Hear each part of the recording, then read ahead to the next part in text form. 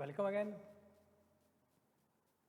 Last 2 video में हमने discuss किया कि एजुकेशन क्या है, एजुकेशन हम क्यों लेते हैं और एजुकेशन का एम क्या है। और सेकंड वीडियो में हमने डिस्कस किया कि वैल्यूज़ क्या होती हैं, वैल्यूज़ की इम्पोर्टेंस क्या है और ये वैल्यूज़ हम क्यों सीख रहे हैं। आज हम डिस्कस करने वाले हैं कि वैल्यूज़ जो हैं यह हमें क्यों सिखाई जा रही है, हम वैल्यूज़ को क्यों सीखें, वैल्यूज़ की इम्पोर्टेंस हमारे लाइफ में क्या क्या हो सकती है। आपके माइंड में ये आ रहा होगा कि हम लोग तो यहाँ इंजीनियर बनने के लिए आए हैं और ये लोग पता नहीं वैल्यू वैल्यू क्या सिखा रहे हैं। तो आज हम इसी पर ही डिस्कस करने वाले हैं कि values are most required in this days. आज के दिन के अंदर, आज का जो एटमॉस्फेयर चल रहा है, आज का जो वर्ल्ड चल रहा है, इस वर्ल्ड के अंदर जो वैल्यूज़ हैं ये बहुत ही ज़्यादा इम्पोर्टेंट हैं। यह इन वैल्यूज़ के बगैर हमारी जो लाइफ है यह ग्रो नहीं कर सकती, हम हमारे लाइफ के अंदर ग्रो नहीं कर सकते हैं और हम हमारा एग्जिस्टेंस ही खो देंगे अगर हमने ये वैल्यूज़ नहीं सीखी हैं। और अगर एक इंडिविजुअल का अपना एग्जिस्टेंस, अपना अस्तित्व खोना मतलब कि अगर एक हर इंसान अगर यही सोचेगा कि अगर मुझ में वैल्यू नहीं आई तो क्या फ़र्क पड़ेगा, तो आप देखिए एक एक करके ऐसे कितने सारे लोग हो जाएंगे और शायद एक ऐसी दुनिया हो जाएगी जिसके अंदर वैल्यूबल इंसान एक भी नहीं रहेगा। तो ये वैल्यूज़ हमारे लाइफ में क्यों इम्पोर्टेंट हैं, तो आज के ज़माने में, आज का जो युग चल रहा है इसके अंदर इसकी बहुत ही ज़्यादा नीड है। क्योंकि हम आए दिन हमारे सोसाइटी के अंदर हम देखते रहते हैं कि हमारे आसपास कई सारी ऐसी घटनाएं हो रही है। जो घटनाएं करने वाला इंसान हम में से ही एक है, जो हम में से ही आता है, हमारी सोसाइटी में से ही आता है। तो देखते हैं ना, हम कई सारे लोग डाका डाल रहे हैं, चोरियां कर रहे हैं। तो ये जो चोरियां कर रहे हैं, डाका डालने वाले कौन से लोग हैं, ये हम में से ही तो एक है जो ऐसा एक्ट कर रहे हैं। अब कुछ लोग हम देखते हैं कि बहुत ही ब्रूटली मर्डर भी कर देते हैं ना, मर्डरर्स बहुत ही ब्रूटली किसी को केरोसिन डाल के जला दिया, जिंदा जला दिया, एसिड डाल दिया। तो ये एसिड डालने वाले, जिंदा जलाने वाले कौन से लोग हैं, ये हम में से तो एक है। किसी का एक्सीडेंट कर लिया, एक्सीडेंट करवा दिया या फिर एक्सीडेंट हुआ तो उसकी हेल्प करने की बजाय वहाँ से भाग के चले गए। ये भी नहीं सोचा कि यार ये इंसान अगर मैं इसकी हेल्प नहीं करूँगा तो मर जाएगा, इसकी भी एक फैमिली है, इसके भी बीवी बच्चे होंगे, ये भी किसी का बेटा है, ये भी किसी का भाई है। कोई कुछ नहीं सोच रहा। आज एक इंसान अपनी लाइफ के अंदर खुद के काम निकालने के लिए, खुद का उल्लू सीधा करने के लिए, केवल खुद का ही अच्छा करने के लिए सामने वाले इंसान के साथ में वहाँ तक बुरा कर देता है कि शायद उस इंसान को अपनी पूरी लाइफ टाइम तक वो शायद रिकवर नहीं हो सकता। ऐसा इंसान करता है किस लिए, केवल खुद का मतलब निकालने के लिए, खुद का काम निकालने के लिए। तो इसलिए तो हर इंसान अगर ऐसा ही हो जाएगा तो फिर दुनिया जो है ये तो बिल्कुल जानवरों से भरी हुई हो जाएंगी। फिर दुनिया में जानवर की कैटेगरी में एक और नाम जुड़ जाएगा और वो नाम होगा हम इंसानों का। हम हमारी वैल्यूज़ की वजह से ही तो जानवरों से अलग है। ये वैल्यूज़ ही हमें इंसान को एक जानवर से अलग बनाता है। और अगर एक इंसान के अंदर वैल्यूज़ ही नहीं है तो वो एक तो जानवर की तरह है। छोटे छोटे 8 साल की, 6 साल की लड़कियों के साथ में जो बलात्कार कर रहे हैं लोग, तो आप देखिए ना, सोचिए ना वो क्या है, वो कौन इंसान है। मतलब उसके माइंड में कैसे आ रहा है कि मैं ये क्या कर रहा हूँ, मैं किसके साथ में कर रहा हूँ, कुछ पता ही नहीं है। तो क्या वो एक जानवर है, वो एक जानवर ही है जो ऐसा कर रहा है, जो समझ ही नहीं पा रहा है कि मैं कर क्या रहा हूँ, हो क्या रहा है। तो आज के ज़माने में इस वैल्यूज़ की बहुत ही ज़्यादा इम्पोर्टेंट है हमारी लाइफ के अंदर। विदाउट हाई मॉरल स्टैंडर्ड, अगर जिंदगी में, लाइफ के अंदर अगर हाई मॉरल स्टैंडर्ड नहीं है, एक इंसान ने अगर अपनी लाइफ के कुछ स्टैंडर्ड सेट नहीं किए हैं, जिस तरीके से हमने हमारे गोल सेट किए हैं उसी तरीके से हमारे स्टैंडर्ड भी सेट करना है।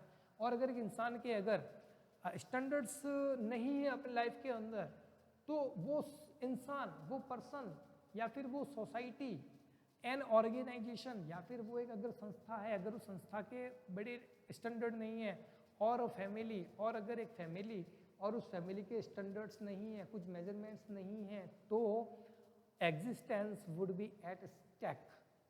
तो उसका जो अस्तित्व है वो स्टैक पे हो जाएगा, वो झूल जाएगा स्टैक के ऊपर। तो स्टैक का मतलब फांसी होता है ना, फंदा, फंदे के ऊपर झूल जाना। तो अगर एक इंसान के, एक सोसाइटी के, एक समाज के, एक ऑर्गेनाइजेशन, एक संस्था या फिर एक फैमिली, एक इंसान के अगर हाई स्टैंडर्ड नहीं है, अगर उसके हाई मॉरल्स नहीं है, तो उसका अस्तित्व क्या हो जाएगा, खत्म हो जाएगा। एक फैमिली जो अपने पीछे अपने जो परंपराएं आ रही है उस परंपरा को अगर भूल जाएगी, उस परंपराओं को आगे निभाना अगर छोड़ देगा तो क्या हो जाएगा, उसका अस्तित्व खत्म, फैमिली का अस्तित्व खत्म हो जाएगा। एक कंपनी, एक ऑर्गेनाइजेशन है, अगर वो अपने स्टैंडर्ड को लेकर के नहीं चलती, उसे मेंटेन नहीं करती, तो एट लास्ट क्या होगा, एग्जिस्टेंस खत्म, बर्बाद हो जाएगी वो। और हमारी सोसाइटी ना, हमारी सोसाइटी के फिक्स रूल्स हैं, तो उन रूल्स को लेकर के हमें चलना होता है, और उसी रूल्स के बेस पर ही हमारी सोसाइटी का एग्जिस्टेंस है, हमारी सोसाइटी पहचानी जाती है।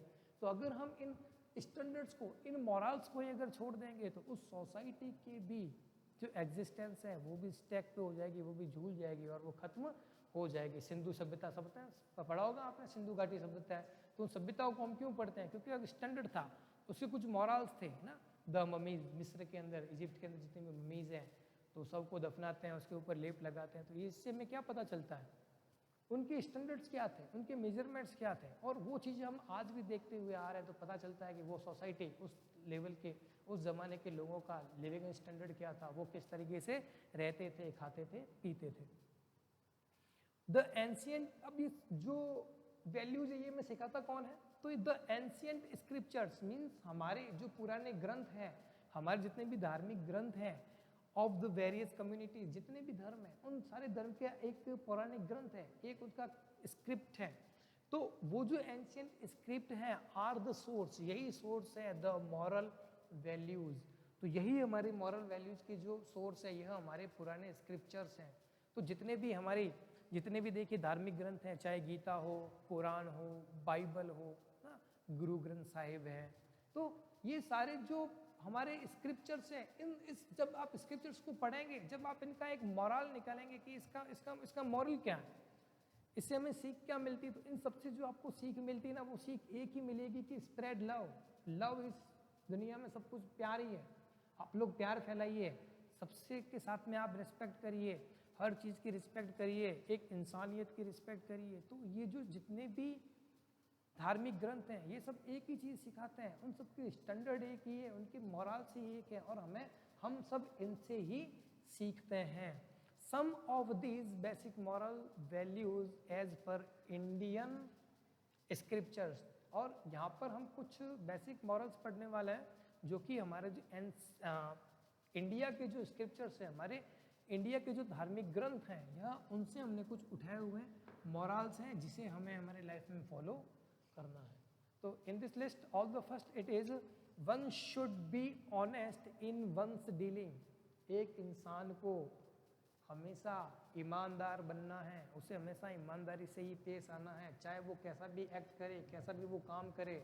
विथ मनी, अगर वो किसी से पैसों से व्यवहार करता है, तो उस पैसों के व्यवहार में भी हमारी ऑनेस्टी होनी चाहिए। ऐसा नहीं कि पैसा लिया और वापस चुकाया नहीं, ठोक गए माल, ऐसा कुछ नहीं करना है। लोग जो किसी को लूट कर भाग रहे हैं, बैंकों के अंदर बड़े बड़े पेमेंट को उठा देते हैं और फिर देते ही नहीं, तो क्या हम उसके पीछे हम लोग क्या बात करते हैं कि इतना बड़ा आदमी था और कैसा काम कर गया। तो अगर किसी से भी हम पैसों से डीलिंग करते हैं, तो हमेशा उसके साथ ऑनेस्ट रहिए। रिलेशनशिप्स, आप किसी से भी अगर रिश्ता बनाते हैं, तो उस रिश्ते में भी सच्चाई होनी चाहिए, ऑनेस्टी होनी चाहिए। ऐसा नहीं काम अपना मतलब निकालने के लिए रिश्ता बना दिया और काम निकलने के बाद में उस रिश्ते को हमने छोड़ दिया, तो इस तरीके के भी हमें रिलेशनशिप नहीं बनाने चाहिए। इंटेंशंस, अगर आप किसी से भी बात करते हैं, किसी से भी आप कनेक्टिविटी रखते हैं, तो आपका इंटेंशन अच्छा होना चाहिए। इंटेंशंस दो प्रकार के हैं, पॉजिटिव सकारात्मक और नकारात्मक नेगेटिव इंटेंशंस। तो आप किसी से भी नेगेटिव इंटेंशन से किसी से भी रिश्ता मत बनाइए। उससे अगर नेगेटिव आप इंटेंशंस बनाएंगे, तो उस इंसान का भविष्य के अंदर बाकी इंसानों से भरोसा उठ जाएगा। अगर आपने उसके साथ में बुरा किया है, तो उसके माइंड में थ्योरी फिक्स हो जाएगी कि सारे लोग ऐसे ही होते हैं और हमारा यूज़ करने के लिए ही आते हैं। तो अगर हम ऐसा करते हैं, तो भी यह हमारे लिए और हमारी इंसानियत के लिए एक खतरा है। तो किसी के भी साथ में हमें ऑनेस्टली ही बिहेवियर रखना चाहिए, ऑनेस्टली ही हमें पेश आना चाहिए। The next it is third number पे है, one's action should be such that they do not hurt the well-beings of others. हमारे कृत्य, हमारे कार्य ऐसे होने चाहिए जो किसी को भी हर्ट नहीं करे। हम जो भी एक्शन करें, चाहे हम फिजिकल एक्शन करें, चाहे हम मेंटल एक्शन करें, उस एक्शन से, हमारे उस एक्ट से, हमारे उस कार्य से कोई भी सामने वाला इंसान हर्ट नहीं होना चाहिए, उसकी फीलिंग्स हर्ट नहीं होनी चाहिए, वो फिजिकली, वो मेंटली, किसी भी लेवल पे वो हर्ट नहीं होना चाहिए। Specially the children and the poor, और विशेष तौर पे हमें ध्यान रखना है बच्चों के साथ में कि बच्चों को कभी कोई तकलीफ नहीं होनी चाहिए, बच्चों का हमें शोषण नहीं करना है। साथ ही साथ जो पुअर लोग हैं, उन पुअर लोग का भी हमें एक्सप्लॉइट नहीं करना है और उनको वो कभी कि हमारे किसी एक्शन से हर्ट हो, ऐसा हमें एक्शन नहीं करना है। At the third number, human life should be respected, reserved and preserve. Life के अंदर हमें एक चीज़ की सबसे ज़्यादा वैल्यू करनी है और वो वैल्यू है ह्यूमन लाइफ की। एक इंसान क्यों दूसरे इंसान की इज्जत करनी है। अगर एक इंसान दूसरे इंसान की इज्जत नहीं करता तो ये प्रकृति भी उसकी इज्जत नहीं करती। कहते हैं ना, जैसा करना है वैसा बनना है। तो ये यहीं से निकलता है कि आप किसी के साथ में अगर बुरा करेंगे तो एट लास्ट आपके साथ में भी कभी भी अच्छा नहीं होगा, आपके साथ में हमेशा बुरा ही होगा। तो ह्यूमन लाइफ जितनी भी है, कोई भी लाइफ हो, उसकी आपको हमेशा रेस्पेक्ट करनी है। लिविंग बींग्स जितने भी हैं लाइफ में, सबकी आपको रिस्पेक्ट करनी है, हमें रिस्पेक्ट करनी है। And the next, whenever a responsibility is given और टेकन, जब कभी भी एक रेस्पॉन्सिबिलिटी, एक जिम्मेदारी, चाहे वो हमें दी जाती है या फिर हम उसे लेते हैं, तो उसको हमेशा हमें एक कमिटमेंट की तरह लेना है। तो कोई भी रेस्पॉन्सिबिलिटी अगर आपको दी जाती है, अगर हम रेस्पॉन्सिबिलिटी लेते हैं तो उसको हम एक कमिटमेंट की तरह लेना। सलमान खान की कमिटमेंट की तरह, एक बार कमिटमेंट कर दी तो फिर किसी की नहीं सुनता, इस टाइप में वो भी नहीं सुनता तो हमें फिर नहीं सुननी है। मीन्स अगर एक रेस्पॉन्सिबिलिटी ली है तो उसको निभाना ही है, उसे कंप्लीट करना ही है और उसे एक कमिटमेंट की तरह लेना है। ऐसा नहीं लोगों से आपने वादे कर लिए और फिर आपने वो भूल गए, उनके साथ में आपने कुछ प्रॉमिस किए हैं, प्रॉमिस आप भूल रहे हो, आप उनको हेल्प करने के लिए बोलते हो फिर हेल्प ही नहीं करते, तो ऐसा नहीं करना है। And next, one should not be instrumental in bringing harm to other. अब देखिए, हम जो इंसान है ना, ये भगवान के द्वारा बनाई गई सृष्टि करती है। एक जो खूबसूरत चीज़ अगर कोई भगवान ने बनाई तो वो इंसान है, और हम इंसान को एक इंस्ट्रूमेंट बन के नहीं रहना है। एक इंस्ट्रूमेंट का यहाँ पे मतलब ये है कि एक ऐसा इंस्ट्रूमेंट जो दूसरों को परेशान करता है, जो दूसरों को हार्म करता है। तो इंस्ट्रूमेंट क्या होता है ना, अगर हम किसी भी एक टूल से लेकर के काम करते हैं ना, तो वो टूल ही कई बार हमें हर्ट कर देता है। हर्ट करने की वजह तो हम ही होते हैं, लेकिन उसने हमें हर्ट किया ना, उससे रिग्रेट नहीं होता वापस कि ओ मेरी वजह से ये हो गया, आई एम सो सॉरी। तो इस तरीके का वो कभी वहाँ से एक्सप्रेशंस नहीं निकलता है। तो one should not be instrumental, कि हमें एक एज एन इंस्ट्रूमेंट की तरह नहीं बन के रहना ह्यूमन बींग्स के लिए, कि हम किसी को भी हार्म कर दें और हमें उसका वापस रिग्रेट भी नहीं हो। Next, one should not indulge in any act with directly और इनडायरेक्टली।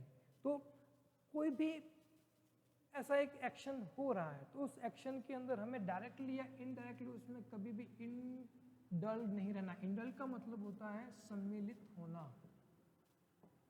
इंक्लूड होना। सिनोनिम है इसका इंक्लूडिंग। तो ऐसे एक एक्ट के अंदर इंक्लूड नहीं होना है जो डायरेक्टली इनडायरेक्टली किसी को भी हर्ट कर दे। And the basis of the dignity, और किसी की भी डिग्निटी खराब हो ऐसा भी एक्शन लाइफ में नहीं करना। डिग्निटी मीन्स किसी के चेहरे पर तो आप अच्छे रहते हैं, लेकिन उसे जाने के बाद में आप उसको लेकर के कुछ अगर गलत कमिटमेंट करते हैं तो क्या हो रहा है, उससे उसकी डिग्निटी जा रही है। और इन द बैकग्राउंड उसकी तो डिग्निटी जाए ना जाए, आपकी डिग्निटी जरूर चली जाएगी कि आप हमेशा दूसरों के बारे में गलत बोलते रहते हैं। तो इसका इम्पैक्ट भी हमारे ऊपर ही पड़ना है।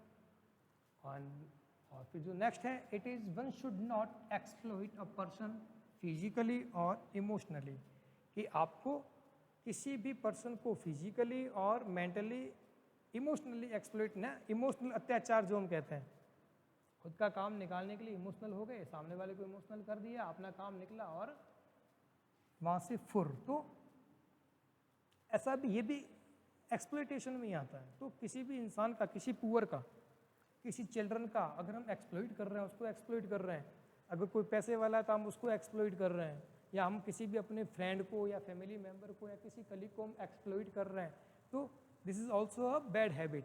तो ये भी हमारी बैड हैबिट है, और ये हमें एक ह्यूमन बीइंग तो नहीं बनाता, बट एक एनिमल बीइंग जरूर बना देता है। और ये याद रखें है कि एक जानवर भी होता है ना, वो बहुत वफादार होता है। तो किसी को भी हमें एक्सप्लॉइट नहीं करना है, फिजिकली और इमोशनली किसी का भी एक्सप्लॉइटेशन नहीं करना है। तो ये कुछ हमारे कुछ स्टैंडर्ड्स हैं। ये स्टैंडर्ड्स जो हैं ये हम देख सकते हैं हमारे सोसाइटी के अंदर, इससे फॉलो किया जाता है, एक ऑर्गेनाइजेशन में इसे फॉलो करते हैं, फैमिली में भी हम फॉलो करते हैं। तो लाइफ के अंदर कुछ और नहीं बनाए तो अपने मॉरल्स सबसे बड़े बना के रखें। आप कुछ अगर बड़ा करें न करें लाइफ में, अगर आपकी मॉरल्स अच्छे हैं, आपने अपनी लाइफ के कुछ स्टैंडर्ड्स बना रखे हैं और स्टैंडर्ड्स को अगर आप फॉलो करते हैं तो देखिए आप कहाँ तक पहुँचते हैं। इट विल हेल्प, ये आपको बहुत ज़्यादा हेल्प करेंगे, आपकी पर्सनैलिटी को बहुत ज़्यादा डेवलप करेंगे। और अगर हम हमारी लाइफ के कुछ मॉरल्स, कुछ स्टैंडर्ड्स सेट नहीं कर पाते हैं तो हमारा जो एग्जिस्टेंस है वो क्या हो जाएगा, वो खत्म हो जाएगा। It will come on stack. तो यह किस पे आ जाएगा, झूल जाएगा भाई। और अगर आपने कभी अपने एंशिएंट स्क्रिप्चर्स नहीं पढ़े हैं तो आप उसे पढ़िए। कई सारे आज धर्म हैं जो बिल्कुल गलत मोड पर चले गए हैं। गलत मोड पर जाने का कुछ लोग ही हैं जो उसे अलग तरीके से पेश करता है उस बात को। एक पर्टिकुलर वर्ड को हम दो तरीके से एक्सप्रेस कर सकते हैं, नेगेटिवली एंड पॉजिटिवली। अगर आप उस वर्ड को पॉजिटिवली एक्सप्रेस करेंगे तो लोग उसे उस तरीके से फॉलो करेंगे, और अगर आप उसे नेगेटिवली प्रेजेंट करेंगे तो वो उसे नेगेटिव तरीके से ही फॉलो करते हैं। तो कोई भी धर्म है वो कभी भी ईर्ष्या, भाव, द्वेष, राग ऐसा कुछ भी नहीं सिखाता। वो हमेशा एक ही बात करता है, रेस्पेक्ट करिए, लव करिए, मैनकाइंड रहिए और लोगों की हेल्प करिए। तो ये हमने जो आज वैल्यूज़ के अंदर पढ़ा है कि वैल्यूज़ क्यों ज़रूरी है, और पता चल गया होगा कि आपके आज के ज़माने में हम ज़रूरी देख रहे हैं जो एक्ट हो रहे हैं हमारे सोसाइटी में, रेप हो रहे हैं, लोग एक्सप्लॉइट कर रहे हैं लोगों को अपना काम निकालने के लिए, किसी भी हद तक जा रहे हैं। तो ये सारी जो चीज़ें हमारे सोसाइटी में आज हो रही है, इसे रोकने के लिए, इसे रोकने के लिए कोई बड़ा कदम नहीं उठाना। अगर एक इंडिविजुअल अगर खुद ही अपने स्टैंडर्ड्स हाई करता है, अपने मॉरल्स लाइफ में सेट करता है, तो ये सारी चीज़ें टाइम लगेगा लेकिन धीरे धीरे ऑटोमेटिक सारी ठीक हो जाएगी। Okay, thank you very much, see you in the next video, have a nice day.